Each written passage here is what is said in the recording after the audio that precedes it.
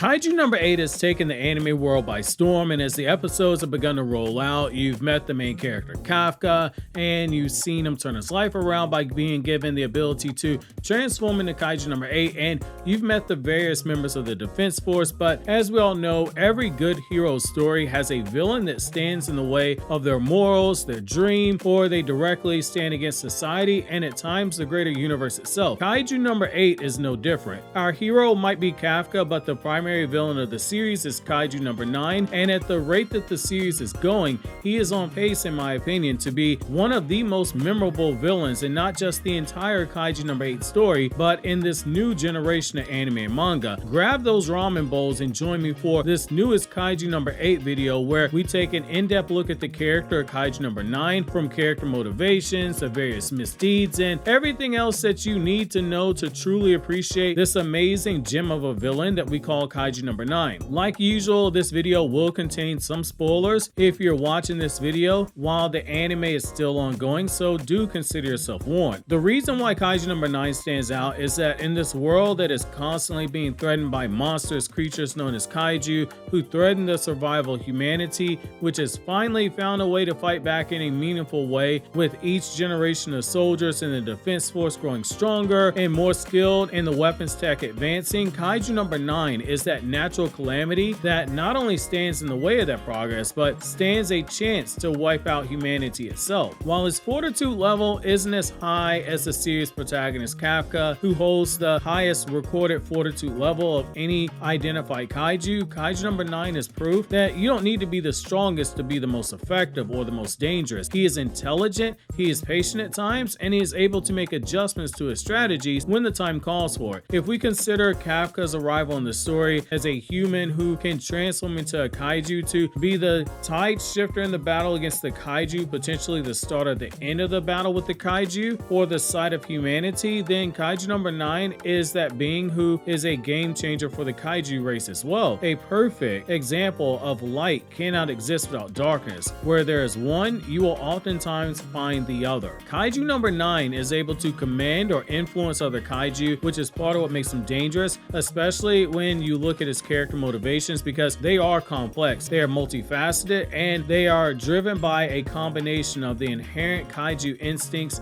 and a deeper, more sinister agenda. At its core, Kaiju number 9 possesses the primal desire for destruction common for all Kaiju. However, unlike the other Kaiju, his actions, they have a level of calculus to them that cannot go undernoticed or underappreciated. Everything, it has a purpose, no matter how big or how small it is. Evolution is a theme that we see in the Kaiju number 8 story, in particular with Kaiju number 9, as is revenge. He wishes to revive the dead Kaiju that the Defense Force have slain over the years, with the intention to take back the power of the Kaiju that was stolen by humans in the form of those numbered weapons. He creates other Kaiju for the purpose of fighting against the Defense Force specifically, and for such a lofty goal, he isn't above waiting for the right opportunity to make his move, which is why he was willing to infiltrate the Kaiju cleaning company called Monster Sweeper Inc. That serves him well in that it shows how driven he is towards his goals, because that level of calculus, it makes him even more of a problem for the Defense Force than his mighty physical power. He assesses the situation instead of just blindly rushing in like you normally see with a Kaiju. He isn't above killing enemies or anything that gets in his matter, or anything for that matter that gets in his way of whatever goal he's attempting to accomplish, and that includes being willing to kill someone's sweet innocent grandmother if it means taking the heat off himself in a situation so that he can play the odds and get a path to escape, or in some cases raise his chance at victory. However, like any good villain, particularly one who is this calm, this calculated, there is almost always a weakness to them, an invisible Achilles heel that gets in the way of them, or it holds them back. And for Kaiju number 9, that Achilles heel is his anger, which more than once in the series we've seen it bubble up to the surface,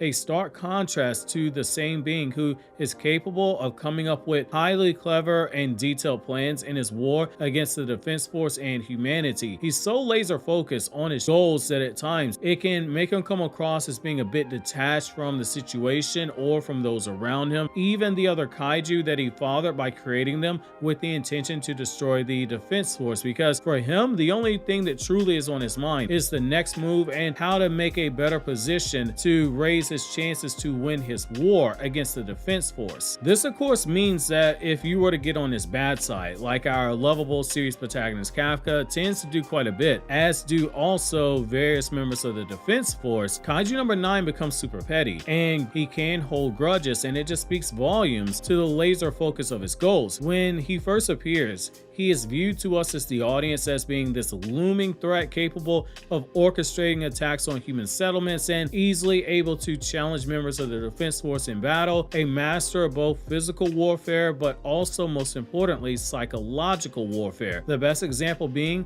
the way that he created Kaiju number 15 and the way that her powers in specific were the worst possible matchup for Shinomiya in their battle. His minion Kaiju number 15 was able to use mental powers to get around the talent of this natural prodigy in Shinomiya and exploit her deepest insecurities to use them against her. It was a battle that is one of my favorites in the series because it's not about who can hit the hardest or who can shoot off the most damaging attack. This was a fight that you couldn't win unless you won the battle within the battle, which is the battle of mental warfare, and only someone who truly knows who they are, is at peace with who they are, and has a true strength of their conviction would be able to stand up against Kaiju number 15, which makes that such a big moment for Shinomiya when she finally does defeat Kaiju 15. This is a battle that Kaiju number 9 was responsible for since he did create 15, and this is a fight that truly showcases not only how deadly Kaiju number 15 could be, but also this battle, in my opinion, it reflected Kaiju number 9 better than any of the other Kaiju that he had made prior to 15, because this was a battle that truly showcased the manipulative and strategic brilliance when we look at Kaiju number 9 and we can see what to expect from that character. The deadliest enemy, again, isn't always the strongest one. It's the one who doesn't speak until it's time to say checkmate. By the time you realize that the game is over, you've already lost, or you potentially are 1 to 2 moves away from losing and there's no going back. The biggest example is to be how Kaiju number 9 was able to use its shape-shifting abilities to infiltrate human organizations, posing as a human and gathering intel the entire time, all with the intention to undermine the defense force from within and by planting seeds that would eventually bear fruit at a later date and time. One could argue that this non-human actually understood human nature better than those of us who are naturally born humans ourselves, and you would be correct if you're saying, hey, he was able to do this because his power of memory assimilation that comes from consuming humans, taking in their appearance and gaining their memories was a huge advantage. However, this is also how he was able to, for as long as he did, blend in with humans so seamlessly and gather critical intel about the defense force operations and its weaknesses, because he mimicked human behavior and patterns so well that it fooled those who he was around. Even better, or frightening depending on how you view his character. As you can tell, I'm very high on the character. He was able to skillfully use the art of deception and stealth to sabotage more than once the defense force, which allowed for him to test out his own chess moves against them and see if his calculus was right about how they responded, and all at the same time it allowed him the chance to attempt to weaken the defense force infrastructure and morale simultaneously. 2 wars that are being fought at the same time without the enemy even realizing what was going on beneath the surface. To be a kaiju who is able to channel that primal instinct to destroy and dominate so as to not be blinded by it, combined with his survival instincts, his intelligence, and his motivations for his actions in trying to revive the dead kaiju and take away the very tools that the defense force was using to turn the corner in their war against the kaiju, he becomes the pinnacle of kaiju despite not being the strongest. That's where the beauty in this battle with Kaiju number 9 truly comes into play, in my opinion. He so deeply understood humans, and yet the only thing that a human can truly attest to is what actually led to him being continuously fooled by humans, which is the way that humans, they are resilient when faced with innate dangers like him, in particular dangers to their survival. Logic, it goes out the window because it's the power of the human heart, which in of itself is an extremely complex thing, which allows for humans to summon forth impossible strength when needed to overcome impossible odds that are before them, as we've seen in the cases of some of the defense force members who battle against the created kaiju that he had, or summon invisible strength of one's own self, something that cannot be measured, like we saw in the previously highlighted battle of Kaiju number 15 versus Shinomiya. For someone who understands human nature so well and is so strategic and is willing to make adjustments, this alone proves that he knows truly nothing at all about the human experience. In the end, that will be the primary reason he cannot achieve his goal of wiping out the defense force and establishing kaiju supremacy. What the narrative does show us, in my opinion, is that while Kaiju number 9 is the bad guy, nobody would argue he's not the antagonist of the story. When you factor in the fact that Kaiju number 9 was able to infiltrate human society and gain a deep understanding of humans, it makes you view his perceived quest to subdue humans and potentially establish kaiju supremacy a bit differently here. While there are some good humans out there, you yourself listening to this video might consider yourself a good human. You might actually be a good human, but there are a lot of corrupt humans out there, and being blunt, each of us are highly flawed in our own ways. It doesn't matter if we're a doctor performing open heart surgery, or the scientist who one day finds a cure for cancer, or we're the lawyer who wears a suit and tie every day to the office or into the courtroom. We're each highly flawed individuals. Some of us, we can just hide those flaws better than others. Kaiju number 9, being the attentive and intelligent creature that he is, would have picked up on all these things I just mentioned, and you have to believe that to an extent, the things that he saw, they just only furthered the perceived belief that humans, they were unworthy of their place on Earth, of the resources that they consume, and in a lot of cases they waste, particularly those humans who they are just downright greedy. And in his own twisted way, you could argue that Kaiju number 9 was being written as potentially believing that he has the moral high ground in his argument for the war against humanity and the defense force. He's already seemingly got nature on his side. Humans, for the longest time, they were at the top of the food chain. They did what they wanted to whoever and whatever they wanted. The shark and the giant whales, they might be considered the kings of the ocean, but you got humans who they'll just get on a boat and they'll go hunt a shark or a whale because they just want to see what the meat tastes like. They'll go on a safari, they'll hunt down Mufasa and Simba, and they'll pull the trigger without any hesitation just to throw a lion's head up on the mantle over the fireplace. Kaiju in this world, they represent the fact that nature, it has finally answered back against humanity, and most of the kaiju that we see, they are driven by their primal instincts. It is a clear evolution, and mankind was now in a position where at first their fancy weapons, they didn't mean anything. You shoot a bullet at some of these identified kaiju and it's not going to do anything. Whereas in the past, a lion or a bear, which is physically stronger than a human and could rip a human to shreds, until humans created the traditional guns and bows and arrows, etc. used to hunt them down. These kaiju, they possess enormous power. They could wipe out civilization, like we saw with Kaiju number 9, which for the longest time was the strongest kaiju to ever existed, and a heavy cost of human life was required to be paid to take it down, and it scarred humanity for years to come. These battles with the identified kaiju, it led to a lot of the technology like the stuff you see with Izumo Tech, because humankind, just like they did when they battled against bears and lions and etc., had to find ways to evolve. Mankind was doing it once again. When you get to someone like Kaiju number 9, who not only possesses the brute strength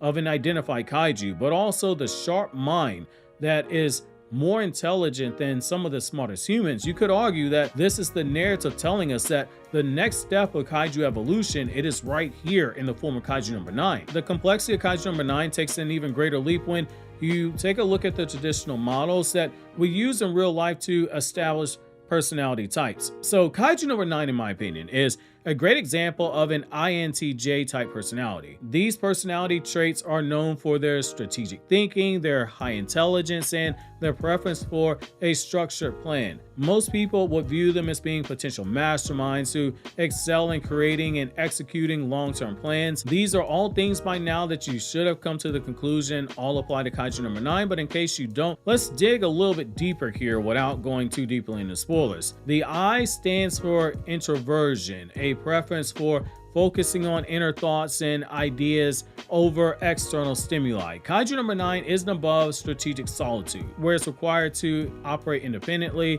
and requires introspection and reflection to better hone its calculus in the battle and the planning. The internal focus on his own goals and his inner plans, rather than the need to seek out external validation, is another sign of introversion. The N stands for intuition, the tendency to focus on abstract concepts, possibilities, and future potential instead of the quick dopamine hit that you get from immediate results. Kaiju number 9, he is a visionary, and dare I say it, He is a revolutionary. He is an architect, capable of thinking beyond the immediate situation and reality to consider the broader implications of his actions, or in some cases, inaction. He is interested in his goal to revive the dead kaiju and take back the power that humans stole from kaiju, and he isn't above killing any innocent humans or putting them in danger if it means it's the best possible chance to escape from a potential death. The T, it stands for thinking, the reliance on logic and objectivity in creative decision making instead of relying on emotions. Kaiju number 9, he is a logical thinker most of the time. His actions, they're driven by a cold, logical calculation, rarely by impulsive decisions. As long as it is a strategically viable option, it is one that has to be considered, even if it means being forced to show a ruthless disregard for emotional considerations and physical well-being. The J stands for judging, and he has a preference for planning, best shown by his ability to long-term plan. All a setback today truly means is the opportunity tomorrow to see what went wrong and improve. And as we've seen with the help of some of the kaiju that he's created, like say kaiju number 9, it was defeated, and so he made adjustments and he came back, and you had kaiju number 12, a perfected version of the first kaiju he made in kaiju number 10. The ability to enter into decisive action and strategic execution, it should not be underestimated or underappreciated. It's for those reasons that I enjoy kaiju number 9 as much as I do as a villain. He is one of my favorites already. While we don't cover the powers of kaiju number 9 in this video, that was an intentional decision due to the fact that his powers outside of his kaiju creation ability and the memory assimilation, they weren't really needed to hammer home why he's such a good villain. But don't worry, if you are curious about kaiju number 9's powers and some of the more traditional battles shown in scaling information, then make sure to click this link to my left for every numbered kaiju where we break all that down, or you can click here on the right for this other kaiju number 8 video that breaks down the various humans who use the Defense Force numbers weapons that use the power of the kaiju that were previously killed.